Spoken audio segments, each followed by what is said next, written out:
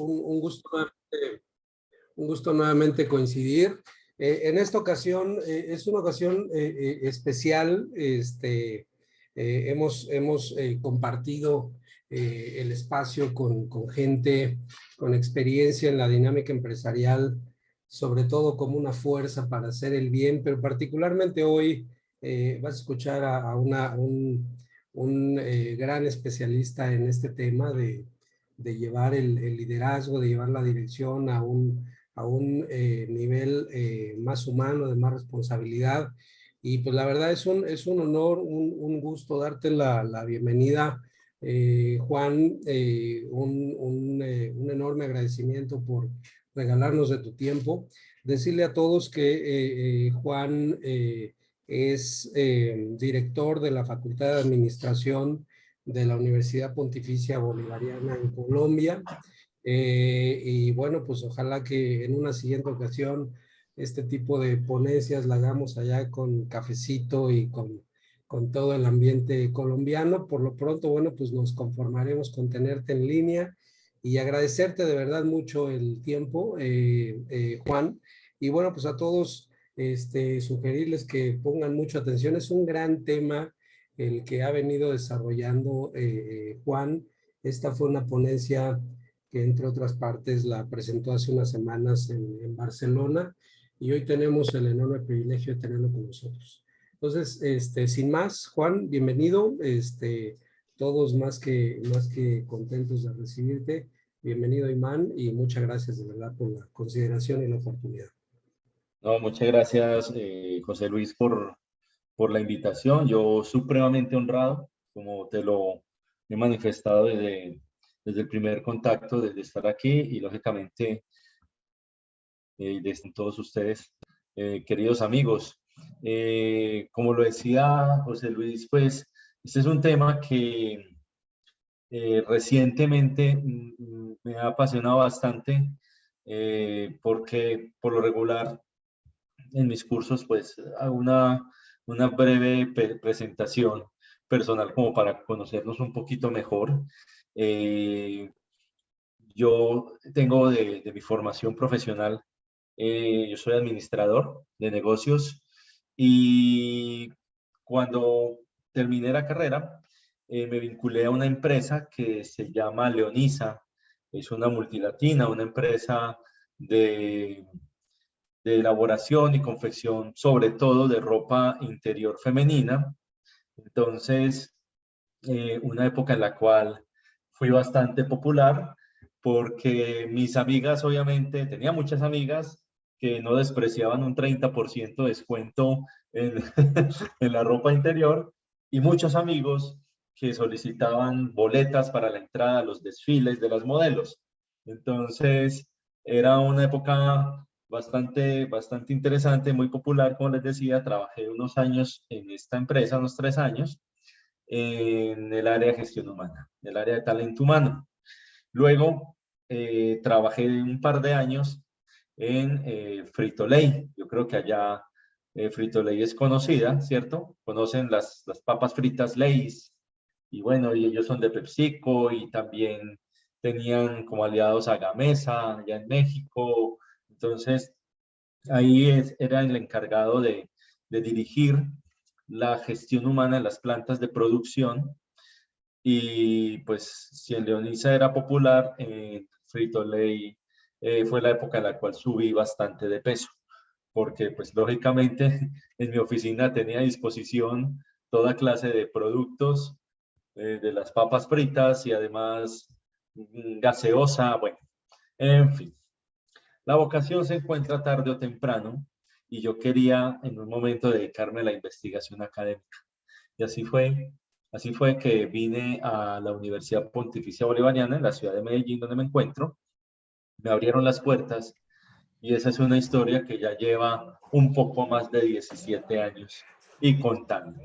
Entonces, en todo este tiempo, pues hice mi formación doctoral en administración con la CEU San Pablo de Madrid, en España. Y digamos, el foco sobre todo que he tenido, dada la experiencia profesional en áreas de talento humano, y mi interés investigativo ha estado alrededor de los estudios organizacionales. Temas ligados al aprendizaje organizacional, a la gestión del conocimiento, a la gestión y gerencia de pequeñas y medianas empresas, las famosas PYME o MIPYME. Temas también un poquito de corte filosófico, justicia social y management, por ejemplo.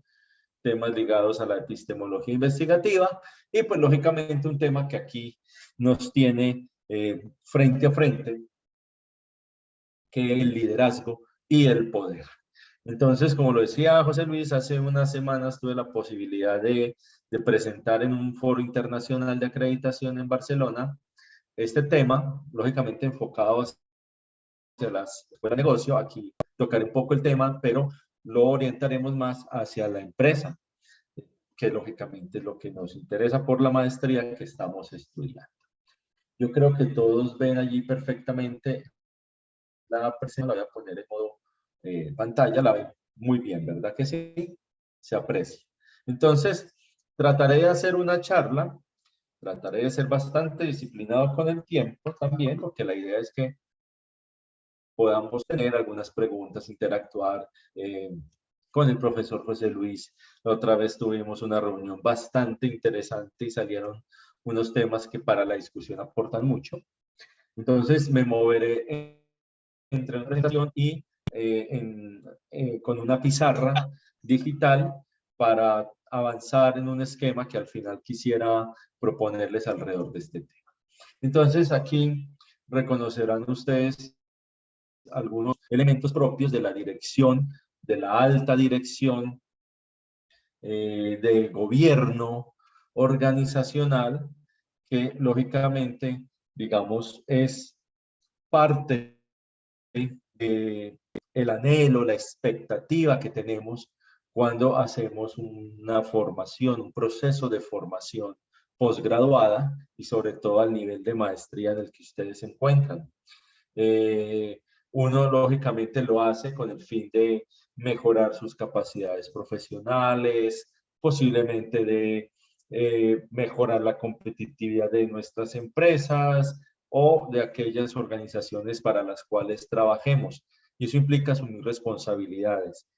Y en ese asumir responsabilidades, pues lógicamente tenemos que dirigir equipos de trabajo, tenemos que dirigir personas.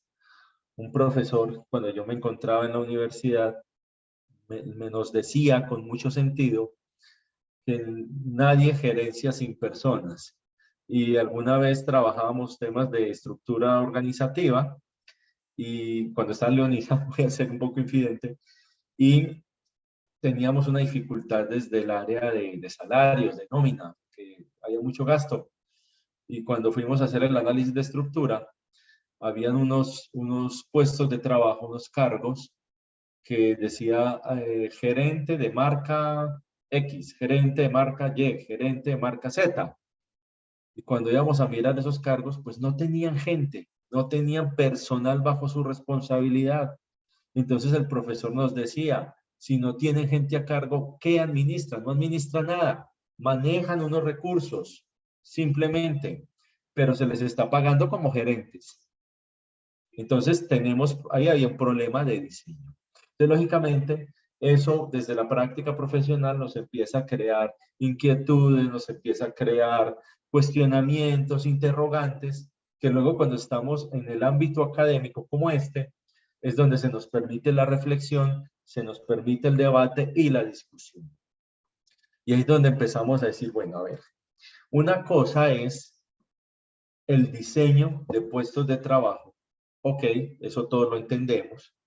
Un presidente, un gerente general, un subgerente, vicepresidentes, directores, jefes, auxiliares, supervisores, etcétera. Toda una pirámide organizativa de diseño.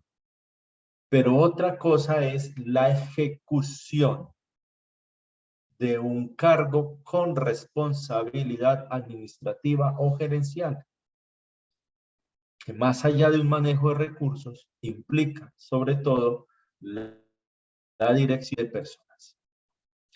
El profesor Alan Chanla, de la Escuela de Altos Estudios Comerciales de Montreal, decía que se administran recursos y se gobierna gente.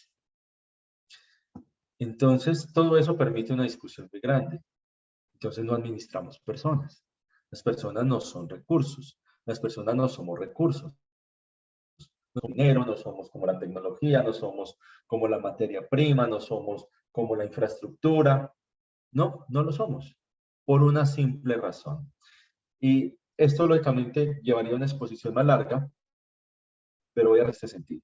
La razón por la cual no administramos personas, pues lógicamente, primero, no somos recursos, pero esa no es la explicación de fondo. La explicación de fondo es porque, a diferencia de los demás recursos, las personas somos sujetos de derecho, somos sujetos de jure, es decir, tenemos derechos. Yo puedo tomar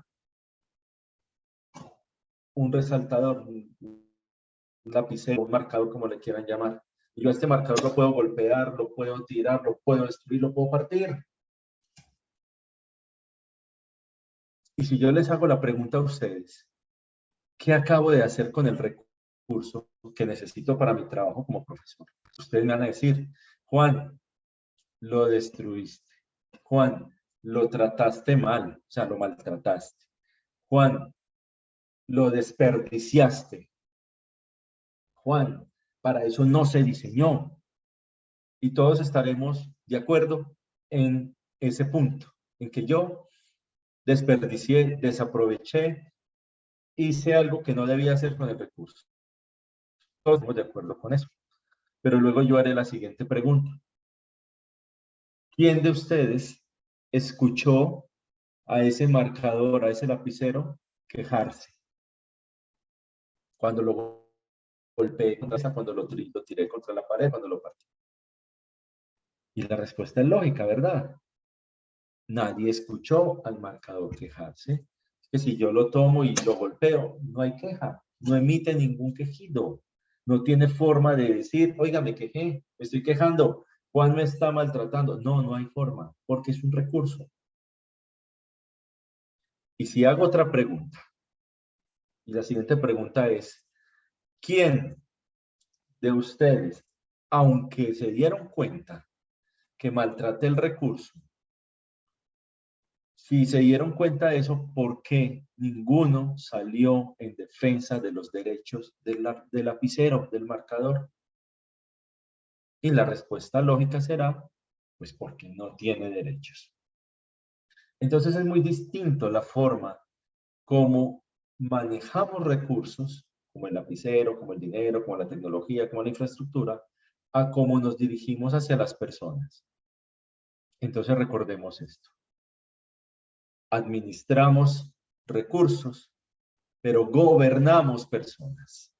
Con las personas las gobernamos, las dirigimos, las orientamos, las guiamos, las lideramos. Porque ese es el encargo que nos da la organización. Yo soy director de facultad. Y a mí la universidad, el rector de la universidad, el decano, cuando me nombraron como director, además me encargaron la responsabilidad sobre un equipo de personas. Ellos no son recursos. Mis recursos son espacios físicos, software, licencias, computadores, salones. Esos son mis recursos. La gente no. Ellos son mi equipo. Y yo tengo una responsabilidad sobre ellos distinta. No los administro. El concepto de recurso humano sigue, por supuesto, porque además es un asunto académico que nos sirve para buscar información en bases de datos internacionales, en inglés, en francés, en alemán, en portugués, en japonés, en cualquier idioma, y la etiqueta con la cual hacemos esa búsqueda es recursos humanos, pero la discusión ya está superada. Entonces, ese es un primer elemento que quería como aclarar dentro de la discusión, dentro de esta charla. Ahora bien, cuando nos encargan una función gerencial, una función administrativa, un puesto de trabajo que tiene responsabilidad sobre las personas, ahí también nos estamos invistiendo de poder. Tenemos poder sobre esas personas y poder sobre los recursos que manejamos. Entonces aquí es donde la charla empieza a complejizarse. Vamos a hablar sobre, a decir qué es eso. Vamos a hablar sobre un elemento que es bastante novedoso en la administración, en la gerencia, en el management, que es el síndrome de Hubris. Y vamos a ver estos dos elementos, cómo se desenvuelve en la dinámica del liderazgo empresarial. Entonces, bueno, lo primero que tenemos que ponernos de acuerdo es qué es eso del liderazgo. Yo les recomiendo el libro que aparece allí, On Leadership, de James March y Thierry Dale, pero sobre todo porque March, para los que fuimos educados en la administración o los que hemos visto cursos de organizaciones, James March se nos vuelve un referente. Junto con Herbert Simon, ambos tienen un libro también que se los recomiendo plenamente, que se llama Organizaciones, y que es un manual para todos nosotros entender el mundo de las organizaciones. Todo el tiempo estamos relacionados con organizaciones. Entonces vamos a tratar de dar claridad, o por lo menos desde esta posición, que entendemos liderazgo. Sabemos que es un concepto bastante complicado, porque todos tenemos una idea de lo que es el líder o de lo que es el liderazgo. Pero a la hora de preguntarnos desde qué posición, desde qué escuela de pensamiento, desde qué concepto, desde qué autores, en fin, lo estás definiendo, pues de pronto a veces no nos es tan fácil. Entonces siempre debemos tomar posición, aunque puedan haber otras. Pero para permitir la discusión y sobre todo la discusión académica debemos hacerlo. Entonces, a ver, hay un tema que se vuelve una pregunta que se vuelve muy importante. ¿Es necesario que todos en una organización, en una empresa, sean líderes? Porque a veces diseñamos competencias de los cargos y decimos de una competencia para todos los cargos, liderazgo, capacidad de liderazgo, y ponemos en todos los cargos eso, unos en unos niveles más altos, otros en unos niveles intermedios, otros en unos niveles muy bajos, pero a veces desde la gestión del talento humano, cuando diseñamos cargos por competencias laborales, nos gusta mucho colocar el liderazgo, el trabajo en equipo, la tolerancia a la frustración, la empatía, ahorita está muy de moda la resiliencia, en fin. Pero entonces tenemos que hacer una pregunta, ¿es necesario que todos seamos líderes? Si todos somos líderes, entonces no hay a quién liderar. Entonces, para la teoría del liderazgo, es tan importante los líderes como los seguidores. Porque no hay líder sin seguidores. Y ahorita haremos un esquema en el tablero que nos ayudará a entender mejor esto. Pero ojo, es fundamental. No hay líderes sin seguidores. El líder no necesariamente es un jefe. Hay personas con liderazgo que no tienen un cargo de jefatura. Entonces, una cosa es el empleado que está en una unidad empresarial organizativa que tiene un jefe, independiente de la persona que esté allí, y otra cosa es una persona que reconocemos por su carisma como líder y que tiene unos seguidores que por su definición pues lo siguen.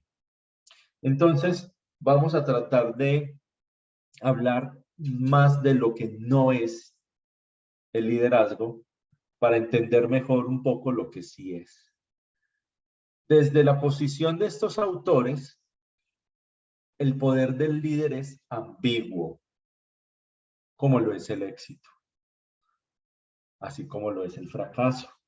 Es decir, para algunos perder un dinero, perder $500 puede ser muy poco, para otras personas puede ser mucho. Para unos ganar en un negocio $500 puede ser mucho, para otros puede ser muy poco, puede ser un fracaso.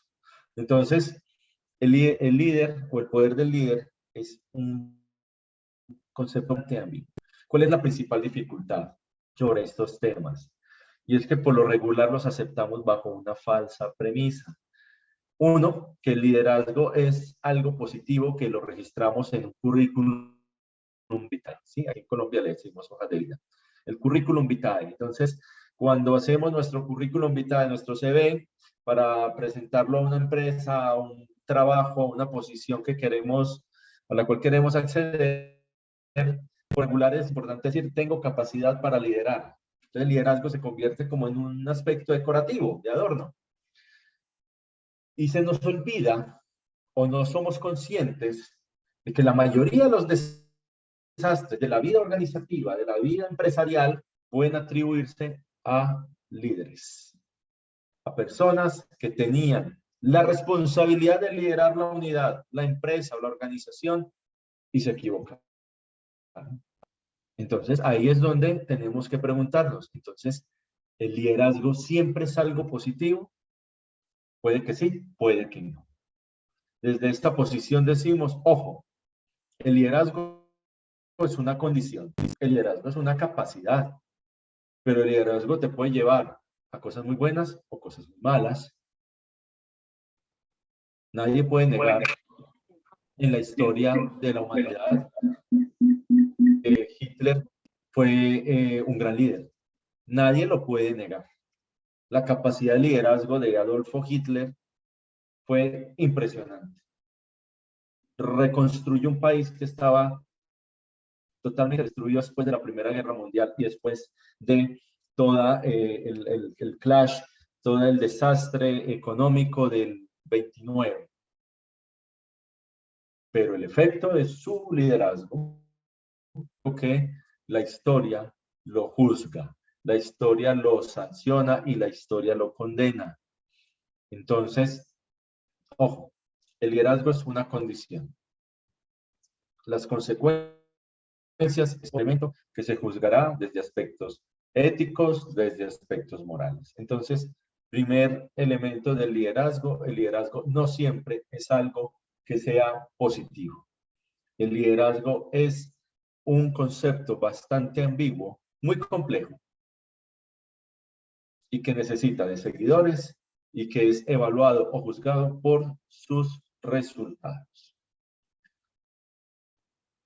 Entonces, en todo este discurso hemos dicho, a ver, que es que el liderazgo, desde lo organizativo, desde la capacidad que tiene una persona de orientarse hacia un equipo de trabajo, implica que nos metamos con el concepto de poder. Con el concepto de poder. El que es líder tiene poder y lo ejerce. Entonces tenemos que definir qué es eso. Yo les traigo aquí dentro de la presentación, dentro de la exposición, les traigo una recomendación, el libro Comunicación y Poder, del sociólogo español Manuel Castells. Y pues Castells nos da una definición muy potente. Leeré lo que está en la diapositiva. El poder es la capacidad relacional. Ojo, no se ejerce poder en soledad. El poder siempre se ejerce en la relación. Por lo tanto, toda relación humana es una relación de poder. Toda relación humana es una relación de poder. Fíjense en las relaciones con su pareja, con sus hijos, con sus papás, con sus amigos, obviamente en la organización con sus empleados, con sus superiores, en fin. Siempre va a haber una parte que domine y otra parte que está siendo sometida o dominada bajo esa influencia, bajo ese poder. Revísense y verán que es así. Entonces, el poder es la capacidad relacional que permite a un actor social, a una persona o a un grupo de personas, influir de forma asimétrica. Ahorita explicaré el concepto de asimetría. De forma asimétrica en las decisiones de otros actores sociales, de modo que se favorezcan la voluntad, los intereses y los valores del actor que tiene poder. El poder es la capacidad que tiene una persona o un grupo de personas de influir en otras. Para que estas personas o esta persona hagan algo que por sí solos no harían. Ese es el poder. Ese es el poder. Una capacidad relacional de influir en otros para que esos otros hagan algo que por sí solos no harían. ¿Está claro hasta acá? Ahorita explicaré lo de asimetría, porque necesitamos entender que el poder es ese elemento que está presente en toda relación. Por lo tanto, cuando se lidera, se ejerce poder. Entonces, liderazgo y poder van de la mano. Vamos a meternos con este que es la parte, digamos, novedosa, la parte que de pronto no conocían, pero que está presente en las relaciones de poder. Y ahí la pregunta lo dice con la expresión paréntesis, que liderazgo no se necesita. Tenemos que tener cuidado con el síndrome de Ubris y voy a explicarlo. ¿Qué es el síndrome de Ubris? Desde la psiquiatría, desde el psicoanálisis, es una enfermedad mental, es un trastorno mental del poder. ¿En qué se representa ese síndrome? ¿Cómo identificamos cuando una persona tiene ese síndrome de Ubris? Entonces, ojo con esto. El síndrome de Ubris se identifica cuando, o se caracteriza cuando una persona tiene... ¿No? ¿Alguien va a decir algo? Muy bien. Se caracteriza cuando una persona tiene un ego desmedido, desbordado, cuando es arrogante, cuando tiene un enfoque personal exagerado, es decir, un egocentrismo subido, cuando hay aparición de excentricidades y cuando tiene desprecio hacia las opiniones contrarias a su pensamiento. Repito un poco eso.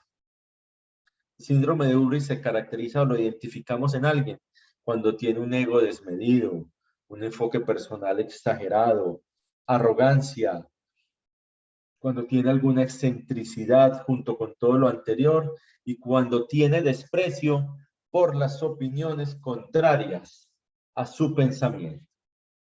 Entonces yo le digo mucho a los empresarios cuando hablamos de estos temas, digo, tengan cuidado de construir un equipo de personas, su comité primario, su comité ejecutivo, con solo personas que siguen su misma línea de pensamiento. Porque en ese caso, usted no está teniendo un equipo de alto desempeño, sino súbditos, casi esclavos, que todo el tiempo le van a estar diciendo que sí a sus ideas. Se vuelve el comité de aplausos. Y el problema que trae esto es que la visión se cierra. La visión se cierra porque no tiene los contrapesos. No tiene los contrapesos. En todo equipo de trabajo uno debe tener personas que nos aterricen, que nos pongan pies en tierra, que sean capaces de hablarnos claro de frente sobre aquellos aspectos en los cuales nos podemos estar equivocando. Porque sí, la verdad duele, pero es la verdad. Y no podemos dejarnos o caer en la trampa de tener este síndrome de Ubris. Espero que haya quedado el concepto claro. Vamos aquí a hablar un poco más. El Ubris, de acuerdo a Sadler, Smith y Kuyahurenko, es una epidemia en los negocios y la política. Es que si vamos a ir al epítome del Ubris en el mundo de los negocios y en el mundo político, casi que nos lleva a una imagen similar a la de Donald Trump en Estados Unidos, que además cuando tenía su programa de televisión, su reality show, El Aprendiz, no sé si lo alcanzaron a ver en algún momento, pues fíjense cómo era su personalidad, la imagen que proyectaba. Tiene todas las características de ese síndrome. Lamentablemente, las escuelas de negocios, muchas veces, no de manera intencionada, inadvertidamente, podemos contribuir al surgimiento de ese Ubris. ¿Y cómo lo hacemos? Y ahí es donde la reflexión cae en nosotros. Desde nuestros programas educativos, orientamos hacia una epistemología calculista, el culto por la medición. Es que lo que no se mide no se controla y lo que no se controla no se... Mentiras. Es que no todo puede medirse. ¿O usted cómo mide y cómo me demuestra matemáticamente el cariño que le tiene a su mamá o a sus hijos? Yo no conozco el cariñonómetro, el instrumento que mida eso. No, hay cosas que no se pueden medir y no tienen por qué medirse. Y no pasa nada. Desde que tengamos buenos marcos de conciencia, buenos marcos teóricos que nos ayuden a entender la realidad social, vamos a estar bien y vamos a tomar muy buenas decisiones. El economista William Baumol, por allá en un artículo disruptivo de los años 60, decía acerca del emprendimiento en la economía, decía, la economía se equivoca cuando trata de poner todos los elementos del emprendimiento en modelos econométricos o en gráficas, modelos economistas, matemáticos. ¿Y por qué se equivoca? Porque el perfil del emprendedor incluye las corazonadas, las intuiciones. Aquí en Colombia le decimos la malicia. Esos aspectos que no podemos ver, que no podemos tocar, pero que están presentes en la personalidad y de lo cual, como dice el propio Baumol, el verdadero emprendimiento está hecho. No todo puede reducirse a una gráfica, no todo puede reducirse a un número, no todo puede reducirse a una medida. Consejo, ahora está muy en auge, no es nada nuevo, pero está muy en auge desde la gerencia estratégica, hablar de la estrategia emergente. Y los dejo con esta expresión, porque la estrategia no es lo que se dice, la estrategia es lo que se hace. ¿O quién en su plan estratégico para el 2020 tenía una pandemia? Nadie. Aquí en Colombia estamos sufriendo de una devaluación del peso gigantesca con respecto al dólar. Llegó a niveles históricos la semana pasada. ¿Qué empresa colombiana en su plan estratégico para este año tenía un dólar tan alto, una devaluación tan profunda? Nadie. Pero hay que actuar. Las empresas no pueden estancarse por eso. Entonces, la estrategia actualmente está enfocada hacia lo que se hace, no necesariamente hacia lo que se diseña. Entonces, ¿cómo superar un poco esa visión dura del management? Ahí tienen ustedes una imagen de un autor que probablemente lo hayan leído en sus cursos de liderazgo, Simon Sinek. Si no lo han leído, léanlo. Tiene unas charlas TED muy famosas. Es tal vez uno de los conferencistas cuyas charlas TED son las más vistas en todo el mundo. Y Simon Sinek nos dice aquí, en comillas, realmente rechazo la idea de las habilidades blandas. No existe nada blando en esas habilidades. Lo que tenemos son habilidades duras y habilidades humanas. Entonces, les llamaremos habilidades humanas. Necesitamos más habilidades humanas en los negocios hoy en día. Hay una crisis humanista en la gerencia. Ustedes miran las noticias, miran la prensa, los periódicos, en fin, y estamos bombardeados de malas noticias por decisiones que toman malos gerentes, tanto en los sectores públicos como privados. Hay una crisis humanista.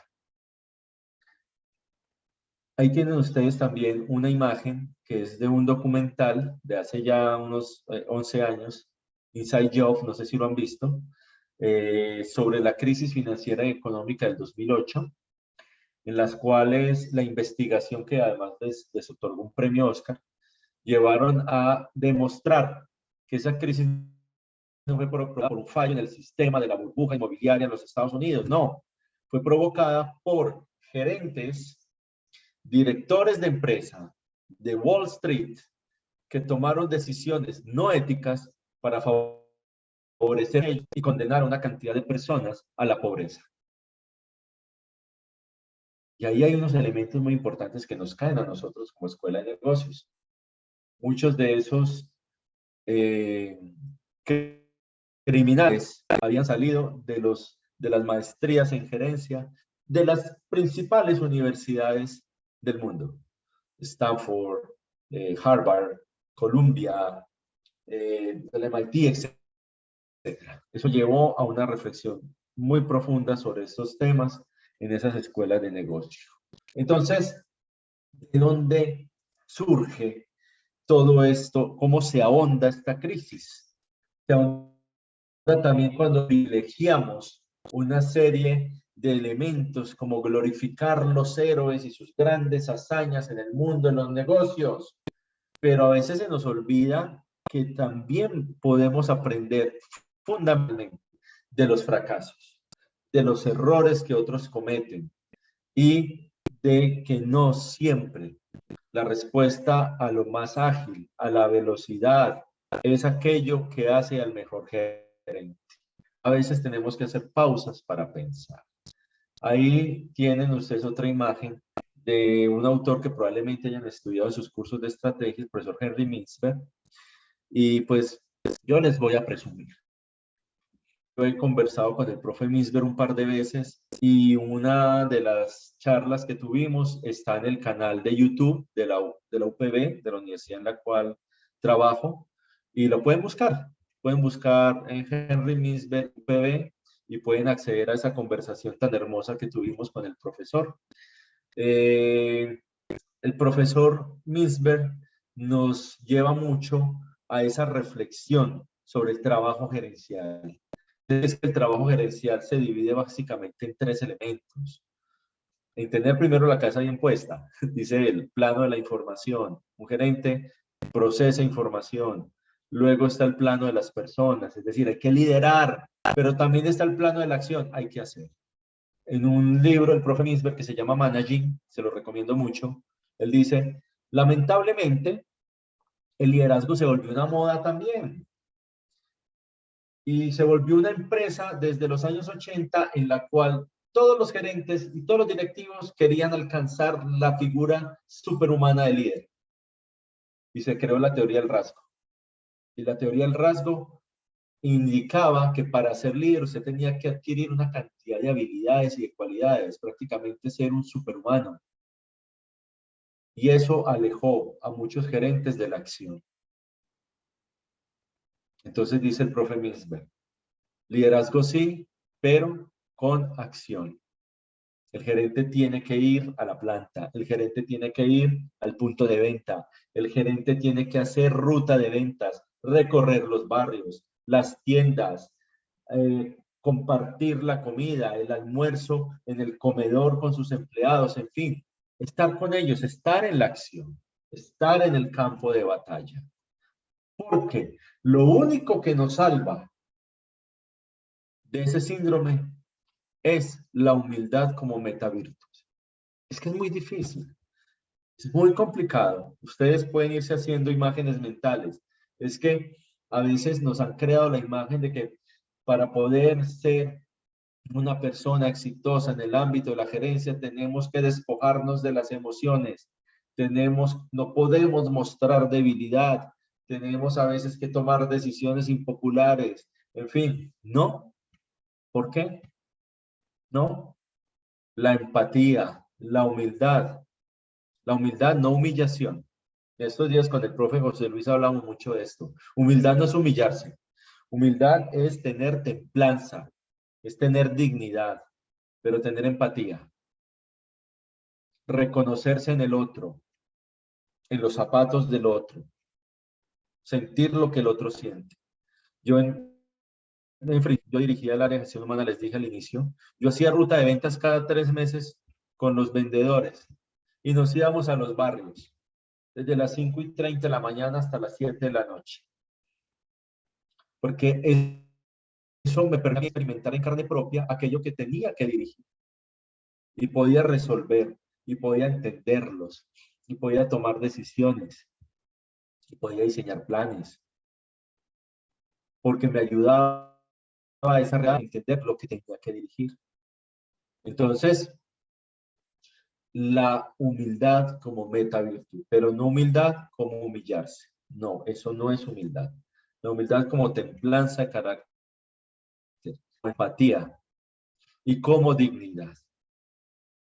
Ahora bien, voy a pasar al tablerito para hacer un esquema del poder y abrimos la discusión. ¿Sí? Vamos súper bien del tiempo. Ahí están viendo la pizarra, ¿verdad? Están viendo la pizarra en blanco.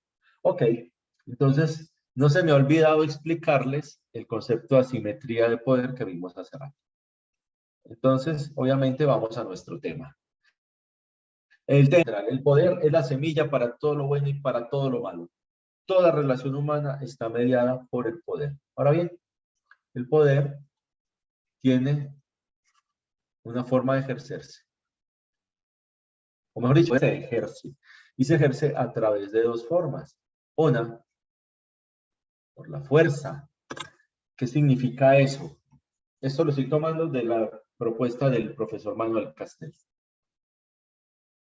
La fuerza o la coerción significa la tortura y manipulación de los cuerpos de las personas. Ah, Juan, pero eso era en la época de la esclavitud, ahora eso está superado. Hay casos, lamentablemente, y más de los que uno creería. Vean, ustedes pueden buscar en internet, en Google, lo hacen ahorita. Busquen empresa centroamericana, creo que era El Salvador, de Honduras, no lo recuerdo, hace algunos años apenas, en la cual el gerente de la empresa, una empresa de confecciones, obligaba a sus empleados a usar pañal durante su turno, a usar pañal. ¿Para qué? Para que evitaran perder tiempo yendo al baño. Eso es inhumano. Eso es torturar y manipular los cuerpos de las personas. Ah, es que van al baño y pierden tiempo, y el tiempo es oro, y el tiempo vale. Pero esa no es la forma de tratar a las personas. Lo dijimos al inicio de la charla, no somos recursos, somos sujetos de derecho, tenemos derecho. En una empresa en la cual trabajé, en el reglamento interno de trabajo, 20 minutos para consumir el almuerzo. 20 minutos para consumir el almuerzo, por Dios. ¿Quién almuerza en 20 minutos? Y yo veía a los empleados, los operarios de planta, tragándose el almuerzo, un almuerzo grande, en 20 minutos. Y luego tenían que bajar a hacer labores de trabajo pesado. Si se demoraban más, había castigo, había sanciones, había suspensión y luego de 3 suspensiones había justificación de despido. Entonces, esa pobre gente empezaba a sufrir de obesidad, empezaba a sufrir de hipertensión, empezaba a tener una cantidad de problemas metabólicos porque por querer favorecer una contabilidad, estábamos maltratando y denigrando a las personas, torturándolas a la fuerza. Eso se llama, en estudios organizacionales, la subjetivización del cuerpo ante la organización. Subjetivizamos, cosificamos a la persona. De esto tengo muchos más casos, luego pudiéramos extender esta conversación a explicarles más casos en los cuales las personas, los dirigentes, a través de la estructura de normas, torturan y manipulan el cuerpo de las personas. Afortunadamente no es la única forma. Hay otra forma que es a través del convencimiento. Convencer. Convencer implica insertar una idea en el otro. Es más difícil. Es más fácil utilizar el látigo, por supuesto. Convencer al otro es más complicado. ¿Por qué? Porque para yo convencer a alguien, yo soy el primero que tengo que estar convencido. Implica el uso de la palabra, el discurso. Es mucho más fácil la fuerza, por supuesto. También genera resultados, por supuesto que sí. Pero ahí es donde viene la asimetría del poder. Cuando yo ejerzo el poder por la fuerza, genero una alta resistencia. A la gente no le gusta y se vuelve una bomba de tiempo y en cualquier momento estalla. O si no, pregúntele a los regímenes dictatoriales. Cuando yo ejerzo poder, convencimiento o por la persuasión, hay resistencia, pero menor. ¿Y por qué hay resistencia igual, aunque sea menor? Es porque a nadie le gusta ser sometido. Porque a veces tocar explicaciones, decir, mira, no puedo aprobarte esa idea que me estás dando porque no tengo presupuesto. Se me acabó el presupuesto de la facultad. No podemos patrocinarte ese viaje. Claro, le estoy dando las razones y espero que la otra persona la comprenda. Pero a la otra persona pues no le va a gustar la respuesta. No era lo que esperaba, ¿verdad? Pero en ningún momento lo estoy maltratando. Entonces, siempre va a haber asimetría, no va a ser igual el ejercicio del poder, porque habrá o una resistencia mayor si lo ejerzo por la fuerza, o una resistencia menor si lo hago por el convencimiento, por la persuasión. De todas formas, va a ser preferible convencer, persuadir. Persuadir no es engañar. Persuadir es insertar una idea en el otro. Es más difícil. ¿Por qué es más difícil? Pues porque el poder tiene siempre una fuente. Una sola fuente de donde viene el poder, y esa fuente es la autoridad. Esto ya, esta parte del esquema ya no lo estoy trayendo de Manuel Castells, sino del sociólogo alemán Max Weber. Max Weber nos dice, tenemos autoridad formal. La autoridad formal es aquella que está dada por el cargo. El presidente de una empresa, el gerente general, etc. Entonces esto se explica muy fácil. ¿Quién tiene más poder? ¿El presidente de un banco o el cajero de la sucursal de la oficina que está en el Parque de la Independencia? Ah, pues el presidente. ¿Por qué? Porque es el presidente. Punto. Claro. Aquí la autoridad formal está dada por la posición que se ocupa, por el cargo. Entonces sabrán quienes tienen poder absoluto porque están en la pirámide, en la punta de la pirámide, y habrá quienes tienen poder relativo porque son gerentes, subgerentes, supervisores, directores, en fin. Entonces, la autoridad formal se legitima, el poder de la autoridad formal se legitima a través de la norma. Cuando yo ocupo una posición formal, director de facultad, y yo no tengo capacidad de liderazgo, pues yo tengo que hacer cumplir y llegar a las metas de los objetivos. ¿Y cómo lo hago? Haciendo cumplir la norma. Ah, bueno, entonces le digo yo a mis empleados, yo no les tengo por qué caer bien, pero usted está bajo contrato. Y el contrato dice que usted tiene que hacer esto, esto y todo lo demás que yo le diga. Usted tiene que cumplir lo que dice el contrato y lo que dice la norma. Ah, bueno, lo que a veces ignora el empleado es que muchas veces yo he diseñado la norma. Ahí se manifiesta el síndrome de Ubris.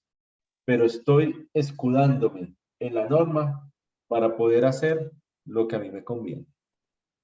Autoridad formal está dada por la posición que se ocupa, por el cargo. Finalizo con esto.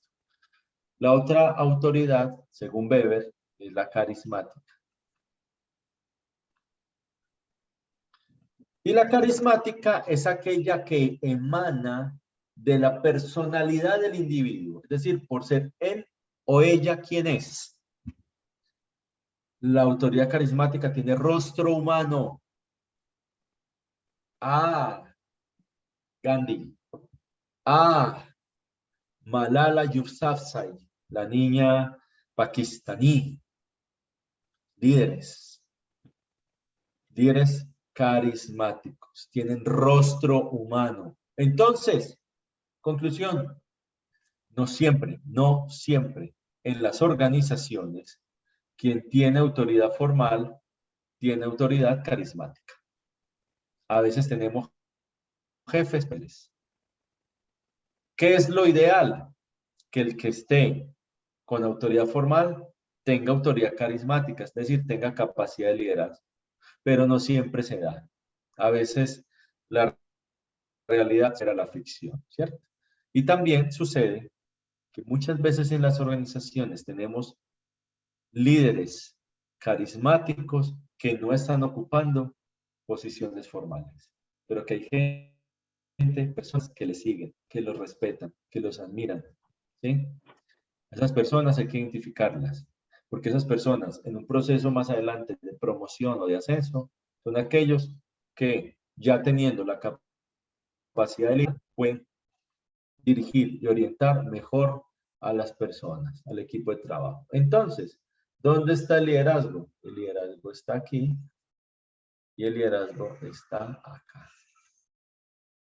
La autoridad formal y ejercer el poder por la fuerza es lo fácil, es lo que una persona que no tiene capacidad de liderazgo usa para poder ejercer su poder o en una posición administrativa o gerencial, en una organización pública o privada. Entonces, para cerrar todo este ejercicio, en las organizaciones, cuando hablamos de liderazgo, necesariamente hablamos de poder. Pero a veces se nos olvida que las personas que están en una situación de poder, en una posición jerárquica, que tienen personal a cargo, necesitan la habilidad, la capacidad humana de liderar. Y cuando no la tienen, terminan ejerciendo el poder por la fuerza, buscando la norma, ligado a la autoridad formal que tienen. ¿De qué tenemos que estar atentos nosotros, como líderes empresariales, como dirigentes, como gerentes? Tenemos que estar atentos a que nuestras acciones de cara al equipo de trabajo no estén manifestando en ningún momento ese síndrome de ubris, esa arrogancia, ese ego desmedido y ese desprecio por la crítica. Necesitamos el contrapeso. Necesitamos los contrapesos. Los empresarios, los CEOs con los que frecuentemente hablo, converso, siempre llegan a la misma conclusión en nuestras conversaciones. Necesitamos formarnos en habilidades blandas. Lo técnico está ahí, lo técnico lo hemos aprendido, lo seguimos aprendiendo, perfecto, eso no falla. Pero debemos reconectarnos con la gente. Debemos asumir la humildad como esa metavirtud. Hasta aquí voy a dejar, estimados amigos y profe José Luis, por si hay alguna pregunta, alguna intervención, ahí tienen mi correo electrónico para lo que pueda servirles. Quedo enteramente a sus servicios. Muchísimas gracias, Juan. ¿Preguntas, por favor?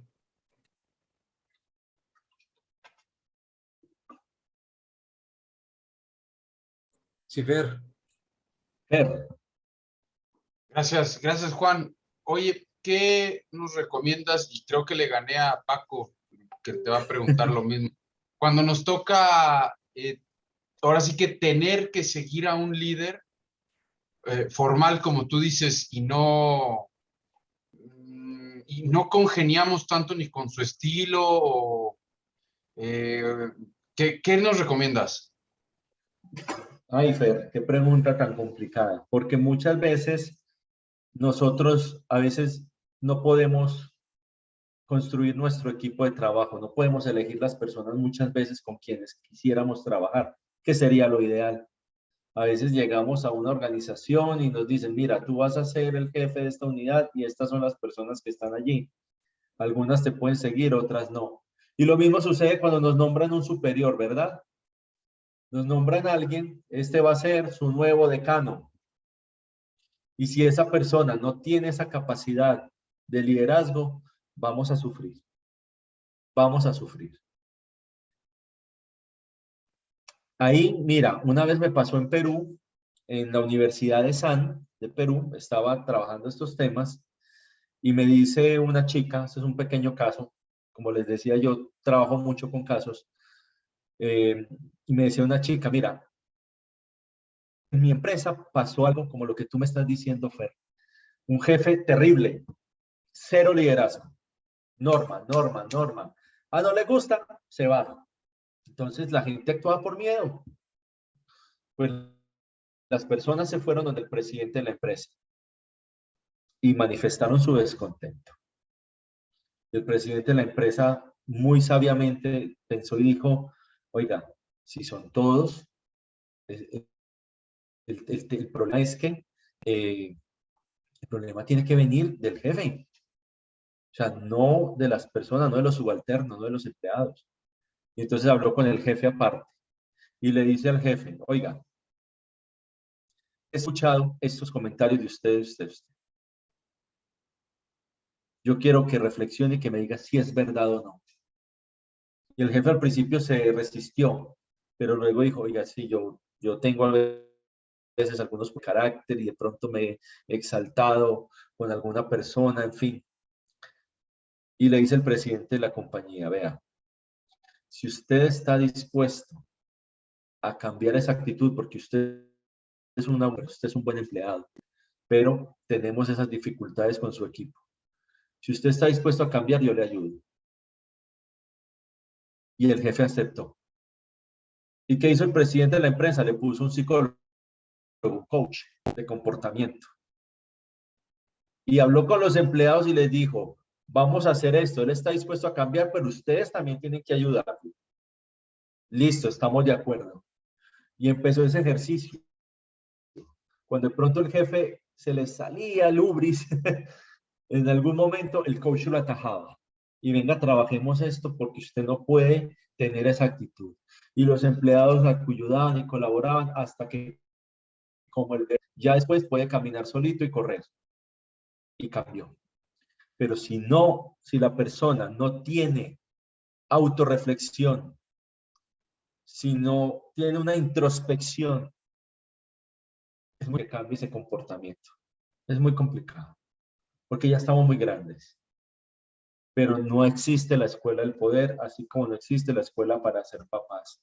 Uno siempre puede opinar de lo que hace el otro y lo que debería hacer el otro, pero tenga sus propios hijos para que vea que no es tan fácil como decía, o dele poder a alguien para que vea cómo realmente es esa persona. No sé, Fer, si te di respuesta, porque aquí no hay recetas ni fórmulas mágicas, pero nos ayuda estos marcos de conocimiento a comprender. Y cuando comprendemos, podemos ser más acertados en las decisiones. Y Juan, gracias. Gracias, Paco. Con gusto. Ya se durmió Paco. Luis Pablo. Hola, buenas tardes, Juan. Hola, Luis. Analizando toda esta charla que nos compartes, que es súper interesante en el liderazgo y lo enfocamos a lo que está pasando en América Latina.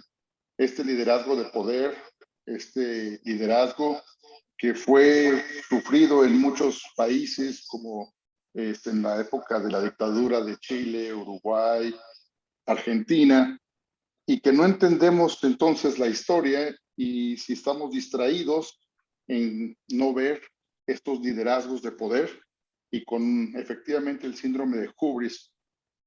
¿Qué está pasando? Porque pues se está pintando como si estuviéramos regresando a los años 40, 70 en América Latina.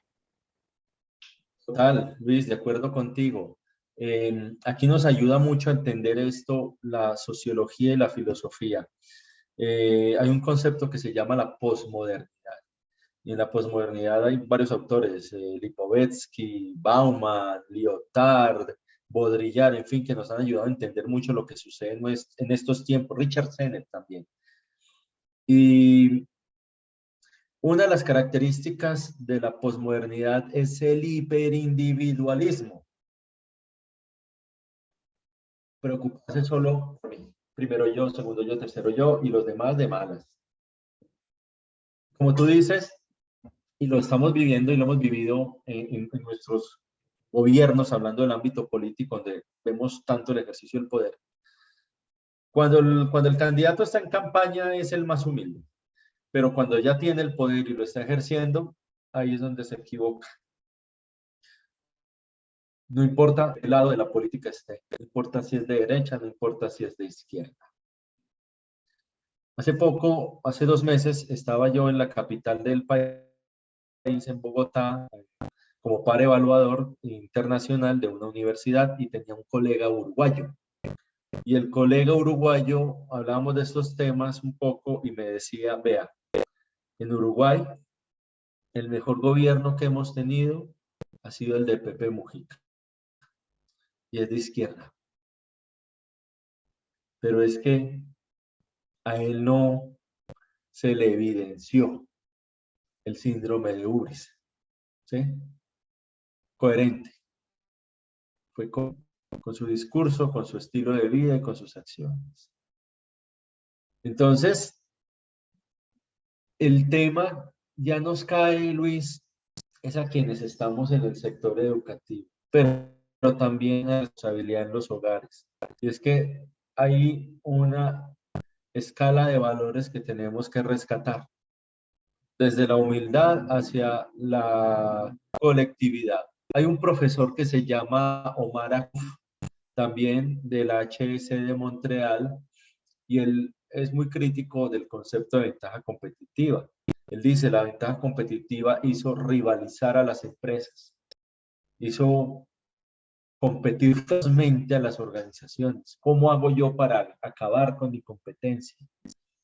Y para los países del hemisferio sur, lamentablemente nuestros empresarios han aprendido muy bien esa lección, que no deberían haber aprendido.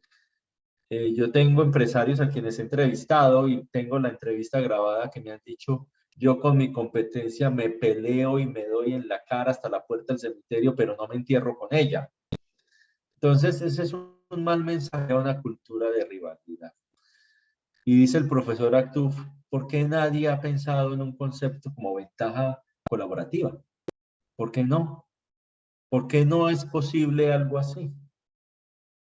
Tenemos que buscar dentro de lo que a nosotros, antropológicamente, geopolíticamente, como tú decías, en algún momento de la historia nos hizo fuertes para volver a rescatar eso que no debíamos haber cambiado. Hay cosas que hay que cambiar, pero hay cosas que hay que mantener y la identidad no se puede cambiar, ¿sí? Estaríamos, como le decía José Luis la otra vez, estaríamos entregando otra vez el oro por espejitos, ¿sí? Si se entiende la analogía. Gracias, Luis, por tu pregunta. Muchas gracias. Gracias, Luis. Paco.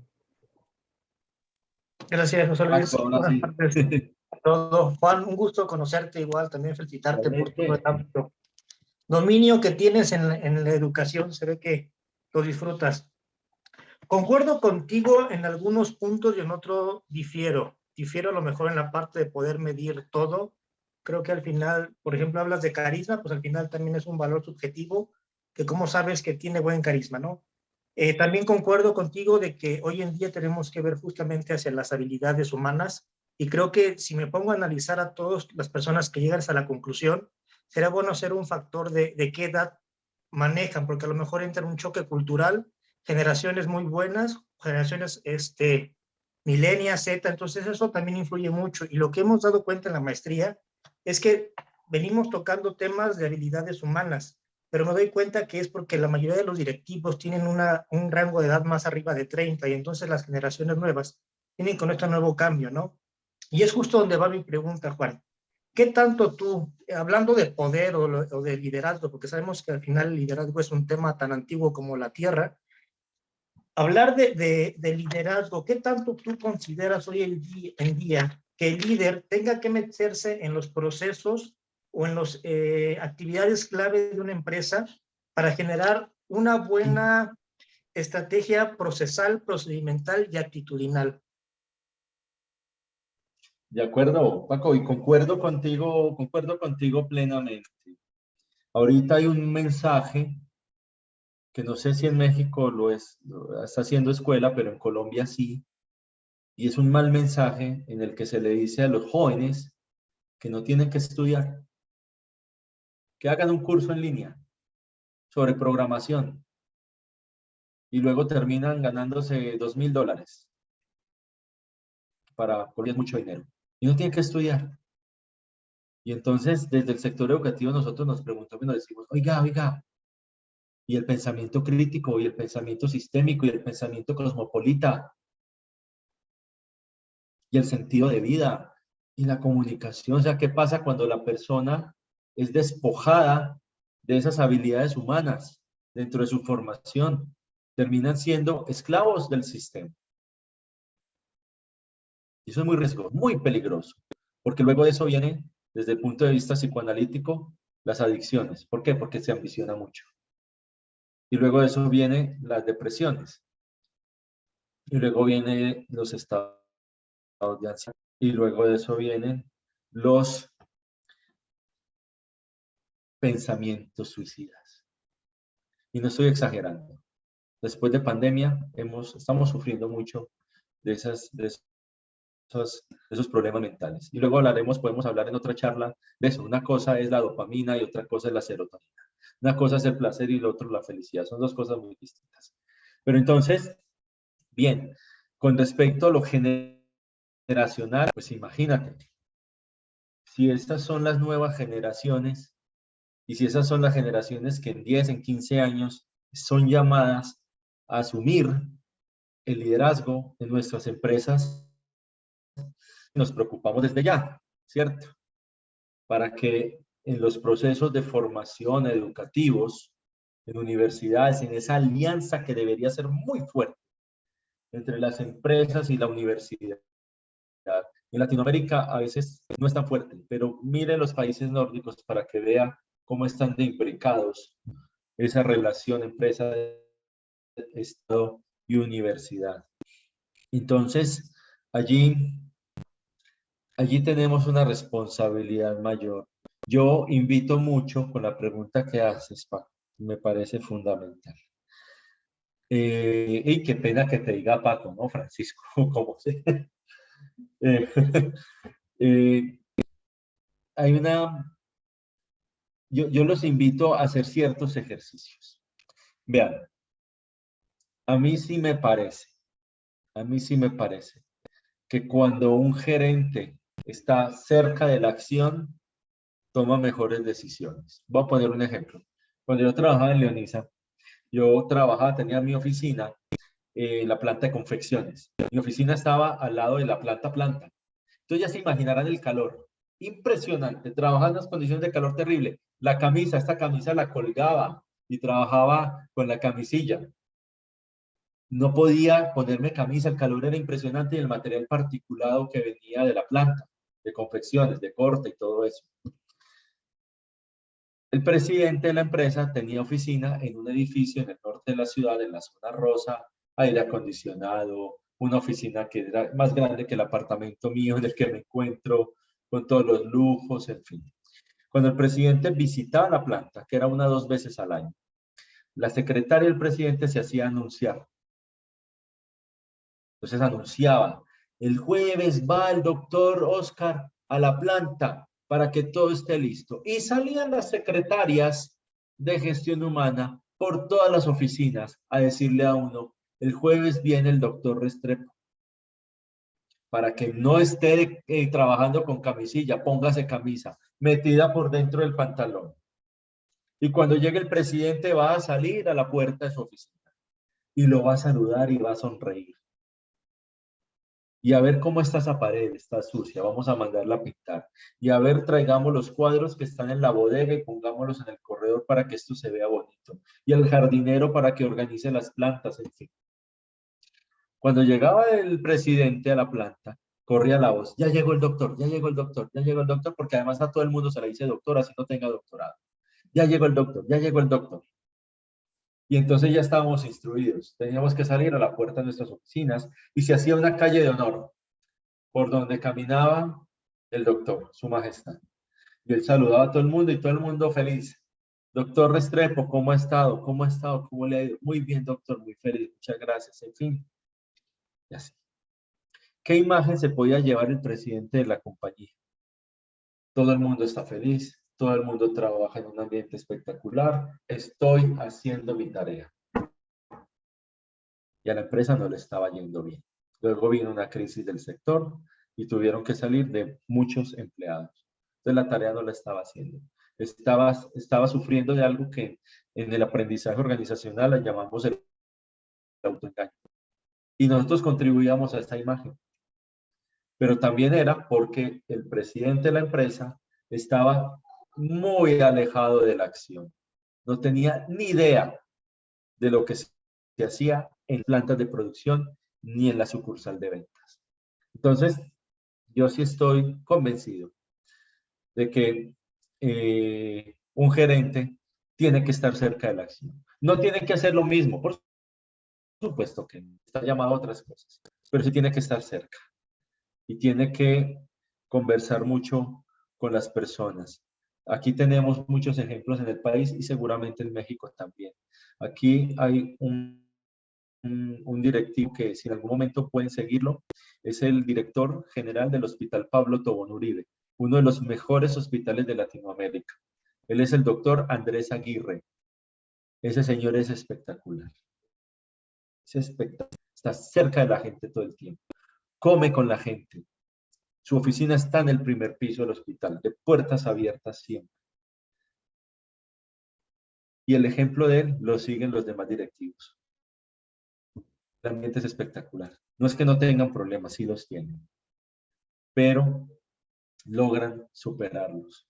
Tienen una gerencia que es ejemplo para todos los demás hospitales del país y para muchos en Latinoamérica. Hay un programa que se llama El Jefe Encubierto, tal vez lo han visto, con todo lo que tenga a favor y en contra, creamos o no creamos. Recomiendo que se vean los capítulos del Jefe Encubierto, tal vez algunos lo han visto. Y eso nos muestra como un gerente, un CEO de una empresa que va de encubierto a trabajar con la base operativa, se entera de las condiciones, se entera de lo duro que es el trabajo, en fin, y pues al final hay una catarsis muy interesante que podemos ver en un dirigente. Entonces, yo sí creería, Paco, que hay que estar cerca de la acción, no necesariamente hacer lo mismo, por supuesto que no, pero sí comprender de primera mano qué es lo que hace la gente para generar el flujo de caja de nuestras organizaciones. Mil gracias por tu aporte. Gracias, Juan. Muchas gracias, Vero. Gracias, Juan. Pues muchísimas gracias. Es lo primero que quiero decir. Yo estuve un tiempo viviendo en Medellín, es fascinante, la gente es espectacular. Y gracias por tu tiempo, que es lo más valioso. También Imán va, y ahora veo por qué la amistad con José Luis, Imán va mucho en esta dirección de buscar en nosotros ese liderazgo humano, responsable, la parte operacional, y hemos trabajado en cada materia en cambiar estas telarañas mentales, ¿no?, que traemos a veces culturales. Mi pregunta va en torno a reconocer tu trabajo como el puesto que tienes y también cuál sería para ti las características fundamentales de los seguidores. Es decir, dentro de las características del líder hablaste de disposición, de autorreflexión, de introspección, de coherencia.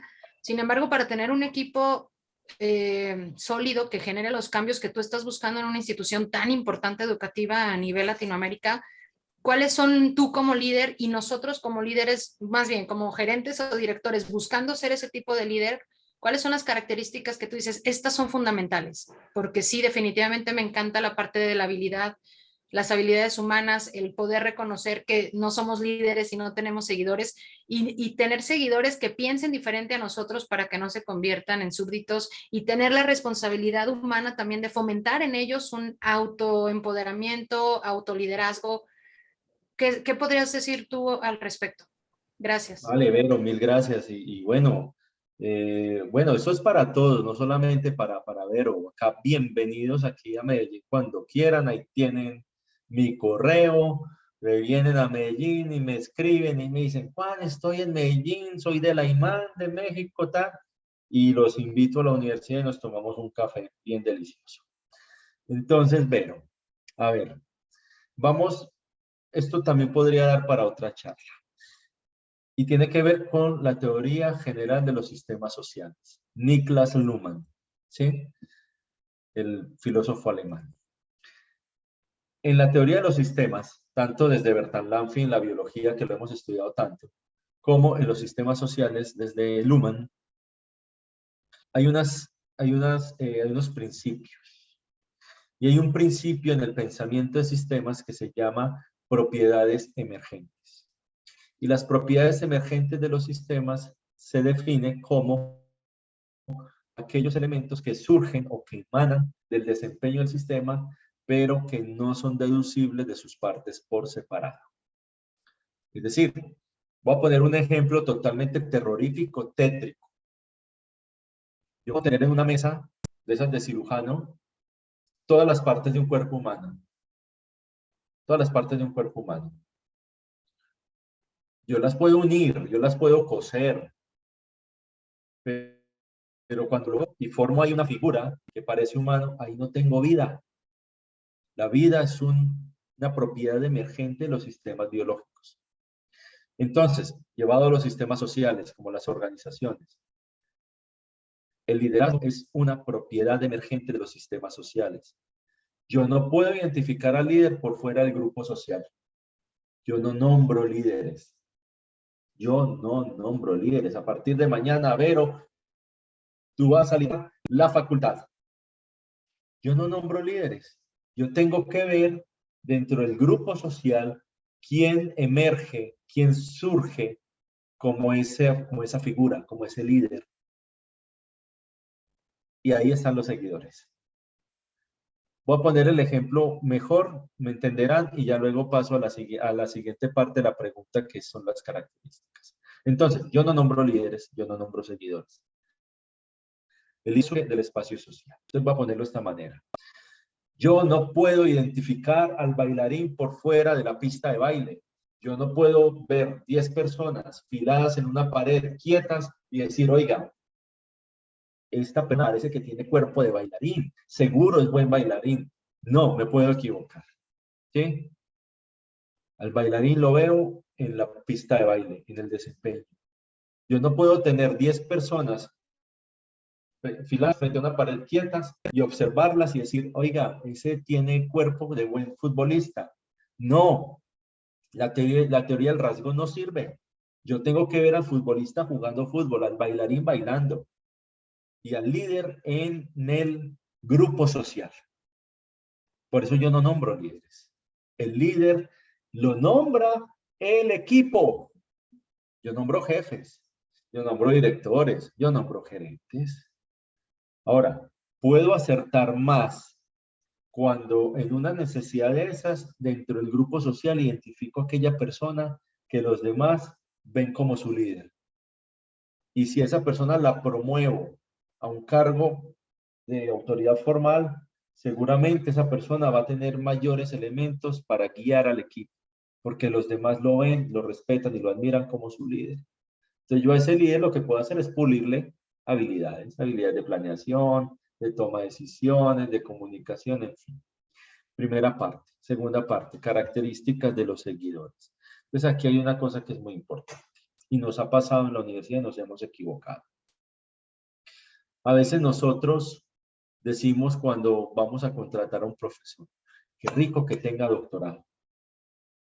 Y llega alguien súper buena gente, súper simpático, simpática, maravillosa persona, qué humanidad, por Dios, qué amabilidad, qué amigable es, y además tiene doctorado. Lo necesitamos, entre. Y resulta que luego empezamos a decir, oiga, pero acuérdese que usted tiene que investigar. Ah, es que nunca he investigado. No me interesa. Lo único que quiero es ser profesor. Oiga, pero si lo contraté como doctor, yo lo necesito es que investigue, que genere conocimiento. No me interesa, en fin. Entonces ahí nos estamos equivocando a la hora. Puede que no sea un seguidor, pudiera convertirse en seguidor, pero nos estamos equivocando en la contratación o en la vinculación de un buen elemento para la organización porque no tenemos claro las funciones y las capacidades, que parece algo obvio, pero es que a veces, y ahí es donde hablaba con José Luis esta semana, hombre, la balanza no podemos desequilibrar uno de los dos lados. Ah, es muy humano, pero le falta lo técnico, no nos sirve. Es muy técnico, pero es muy mala persona, carece de lo humano, no nos sirve. Entonces, ¿cómo equilibrar esto? Necesitamos no solamente los instrumentos de medida para mirar las capacidades técnicas, sino también otro tipo de pruebas que en procesos de selección, y yo lo hago mucho, cuando entreno gerentes de talento humano para la selección, cuando utilizamos competencias. Entonces queremos medir tolerancia a la frustración, queremos medir trabajo bajo presión, queremos medir multitarea, queremos cantidad de cosas y hacemos pruebas en las cuales queremos ver el desempeño de la persona. Porque no solamente es que pueda calcular esto, o que pueda medir aquello, o que sepa utilizar este programa informático. No, hay otros elementos relacionales y humanos que necesitamos observar, que necesitamos ver en la interacción y que nos va a permitir tener claridad sobre las características, tanto técnicas como humanas, que necesitamos en el equipo de trabajo. Vea, a nadie contratan por simpático, ¿sí? A nadie contratan por simpático. A mí me contratan porque primero tengo unas capacidades técnicas que le sirven a la universidad y luego la universidad tiene que asegurarse de que además tenga capacidades humanas que estén alineadas a la cultura. Si no están las dos, no sirve. No sirve. Ahora bien, ahí hay talento. Ya lo otro es cómo lo diriges. Y ahí es donde necesitamos a los líderes. Y el líder emerge. Cuando traemos a alguien de afuera, tenemos que tener mucho cuidado de que el grupo de trabajo realmente lo acepte. ¿Sí? Entonces, buscar el equilibrio no es sencillo, pero hay elementos. Hay elementos desde la gerencia, desde la gerencia del talento humano que nos permiten hacerlo. Mil gracias, Vero, por tu aporte. ¿Quién continúa? Muchas Adrián gracias. o Nunca habíamos tenido un webinar de más de una hora, Juan. Estamos muy sobre Yo no tengo tiempo, problema. lo cual habla del Sí, interés de todos gracias. y de la super charla que nos facilitas. Regálanos unos minutitos más nada más para la Claro, pregunta todo de cariño. Adrián y de Carla. Adrián, adelante y cerramos contigo, Carla. Muchas gracias. Gracias. Buenas tardes, Juan. Bueno, mi pregunta va muy de la mano de la de Vero, un poco en cuanto a que si para ser buen seguidor no será bueno saber ser líder, a lo mejor en otros aspectos, pero tener esas características de humildad, de saber debatir, de saber escuchar, si eso no puede ser buenas características para ser también un buen seguidor, a lo mejor en otra esfera. Adrián, tienes toda la razón. Mira, en la sociología estructuralista, sobre todo del sociólogo francés Pierre Bourdieu, pues a mí me encanta, lo utilicé mucho en mi tesis doctoral. Bourdieu dice, vean, hay algo que se llama los campos sociales. Los campos sociales son aquellos escenarios en los cuales nosotros participamos. Yo aquí estoy en un campo social que es la educación y estoy desempeñando un rol como profesor, como docente. Yo voy donde mi familia y donde mi familia soy esposo o si donde mis padres soy hijo, con mis hermanos soy hermano y esos son otros campos sociales. Y cuando estoy de director de facultad estoy ejerciendo una función directiva. Ese es otro campo social. Cuando juego fútbol, ya no lo juego porque tuve 4 esguinces de tobillo, pero ya cuando jugaba. Cuando jugaba fútbol soy jugador. Participo de un equipo. El hecho de que yo pueda, de alguna manera, ser líder en el campo social de la dirección de la facultad no significa que lo puedo ser en todos. Probablemente cuando juegue fútbol, mi líder sea otro. Y yo el seguidor. Porque reconozco las capacidades de esa persona y le digo capitán, le digo capi, y lo respeto. ¿Sí? El que es líder en un campo social no necesariamente lo es en todos. Yo soy muy amigo del presidente del Grupo Familia, que es una empresa multilatina. No está en México porque en México el mercado mexicano y el de Brasil lo tiene la empresa sueca, que son dueños de Familia, y Familia está desde Belice hasta Argentina. Entonces, el presidente de Familia, Andrés Gómez, me dice a mí, me dice Alejo, él me dice Alejo, no me dice Juan. Me dice Alejo, mira, aquí en la empresa, yo soy el presidente, pero en mi casa es Lina, mi esposa. Lo que ella diga y lo que ella mande. Entonces, el tema es reconocerse uno como líder en ciertos escenarios y como seguidor en otros. Yo creo que nos permite entender muy bien el concepto. Y está muy bien, y está perfecto. Y eso habla muy bien de la humildad de la persona. Es que no en todos los campos sociales podemos ser líderes, Adrián, ¿cierto? Pero en otros sí. ¿Y cómo sabemos cuándo somos líderes en un campo social? Cuando esos seguidores nos lo hacen saber y nos dan el poder, ¿sí? Nos legitiman el poder porque nos respetan, nos admiran, tienen credibilidad en nosotros, confianza. Pero en otros escenarios nosotros hacemos lo mismo con otros líderes. Gracias, Adrián, por tu aporte. Gracias. Carla. Hola, muy buenas noches y noches a todos mis compañeros. Pues la verdad yo estoy muy encantada con la charla, justo de la mano de, mi pregunta va dirigida justo de la mano de mi compañera Adrián, y me impresionó mucho la parte, cómo se ha perdido ya esa parte del líder y que ahorita mucha gente lo está poniendo el ejemplo que usted hace, la balanza, ¿no? Ahorita ya todos los líderes, si no son humanos, ya son malos, ¿no? Y entonces empieza a haber una serie de, pues a lo mejor de contradicciones a la hora de elegir nosotros qué líder ser, ¿no? Porque si no somos humanos, entonces nos salimos del contexto de por las múltiples generaciones también que están dentro de las empresas y empresas que ya tienen más años, ¿no? Entonces, a mí nunca había entendido el tema del líder como hoy, aunque fue muy breve la charla, creo que fueron ejemplos muy aterrizados, y me llama mucho la atención o me da curiosidad saber algo que es muy fuerte, que a lo mejor todos somos líderes de nuestros emprendimientos, de nuestras empresas, ¿cuándo tenemos que decir basta? O sea, no soy yo y tengo que delegar eso a alguien más. Uf. Esa es complicada porque es donde se puede manifestar ese síndrome de Ubris y que en otras, Sigmund Freud en el psicoanálisis lo llama la deificación del poder, también es creerse Dios, tener todos los poderes y estar en todas partes. Sí, estoy muy convencido de los contrapesos. Los contrapesos son necesarios. Tener personas que te aterricen.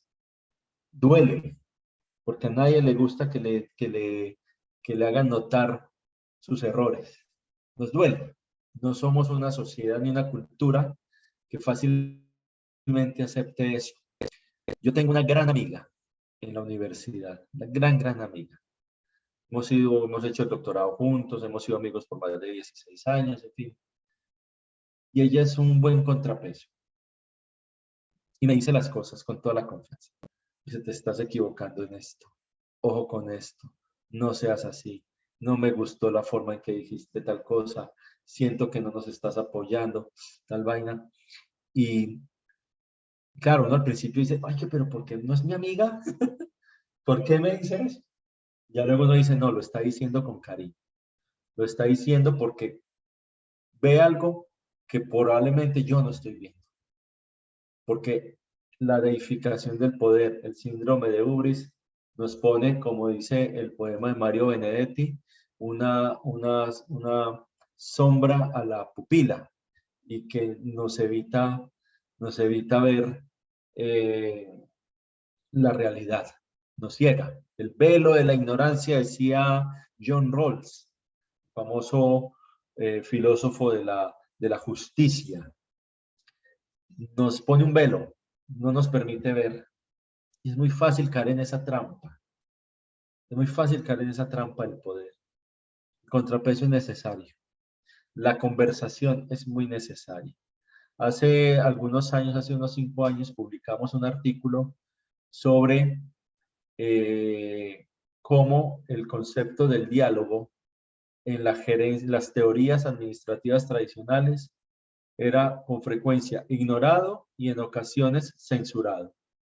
Lo hicimos a través de un método filosófico gadameriano, esculcando las teorías tradicionales de la administración, el taylorismo, el fayolismo, el fordismo. Ustedes las han visto seguramente.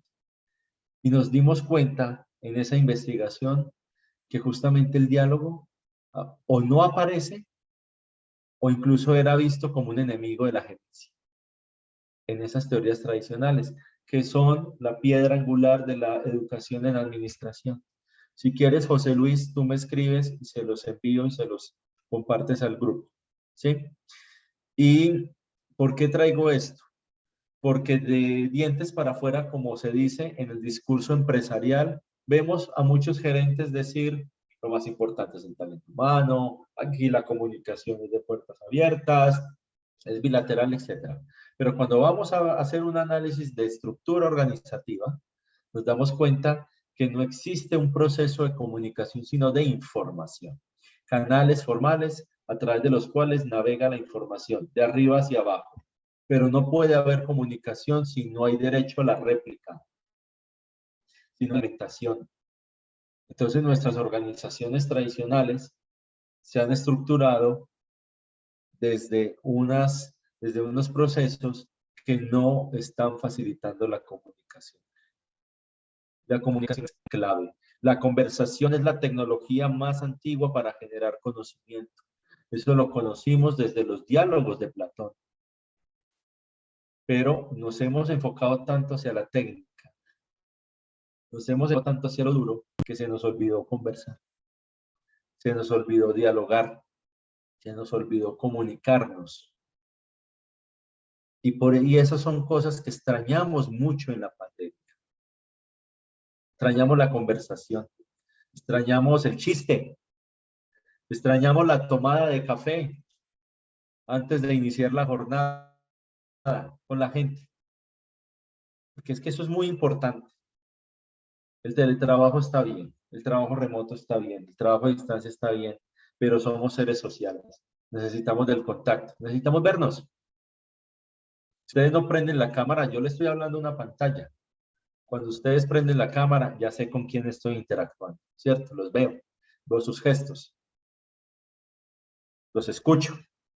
Y hay en este momento una conversación. Esto no es igual si yo grabo la charla y si ustedes la ven extemporáneamente, ¿sí? No tiene el mismo efecto para ninguno, ¿cierto? Ni para mí ni para ustedes. Entonces, lo que le ahorita, hay un concepto del biólogo chileno, Humberto Maturana, presumo de haberlo conocido, lamentablemente ya murió hace algunos años. Y él dice en una conferencia que hacía en una aprendizaje organizacional, decía, el amor expande la inteligencia de los negocios. Y en esa charla él decía, porque él estudió mucho la biología de las emociones. Entonces, claro, hablaba del amor, luego hablamos de eso. Entonces, el amor expande la inteligencia de los negocios. ¿Por qué?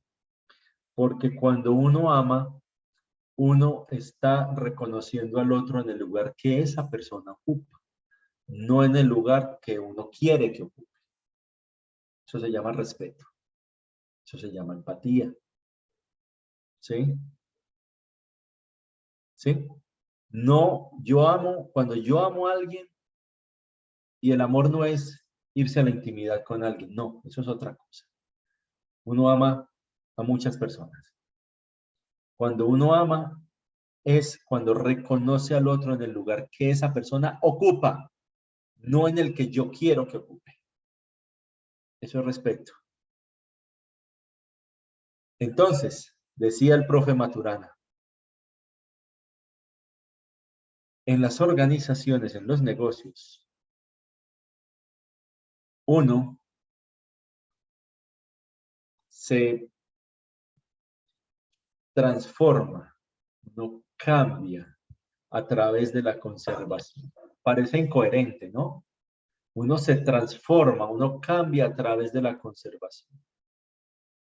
¿Y qué decía el profe Maturana? Que a propósito es uno de los mayores científicos del siglo XX en todo el mundo gracias al concepto de entropía.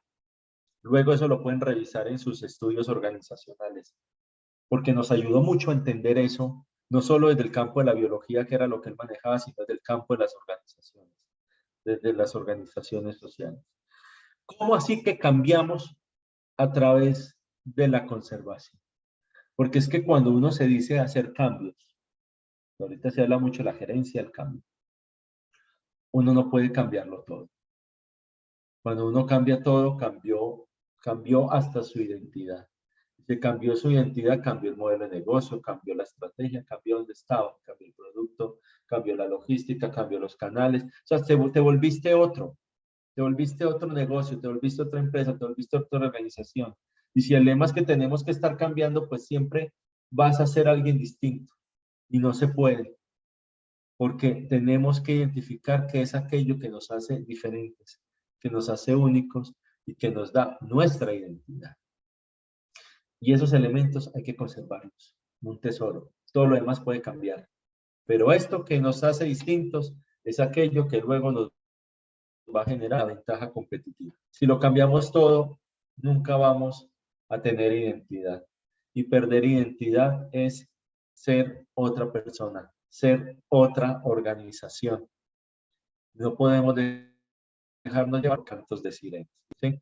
Lo que viene de afuera es muy bonito, pero también hay cosas que tenemos que conservar, que tenemos que rescatar, que tenemos que destacar y que muchas veces es aquello por lo cual nos compran. Michael Porter, ustedes lo han estudiado, saben quién es. Michael Porter dice en su definición de ventaja competitiva, la ventaja competitiva es aquello por lo cual el cliente está dispuesto a pagar.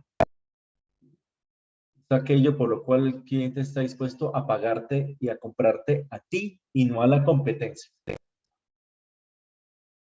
Eso está ligado a la, ¿sí? Gracias, Carla. Muchas gracias, Juan. Agradecerte muchísimo la oportunidad. Ojalá no sea la última, ojalá nos volvamos a ver.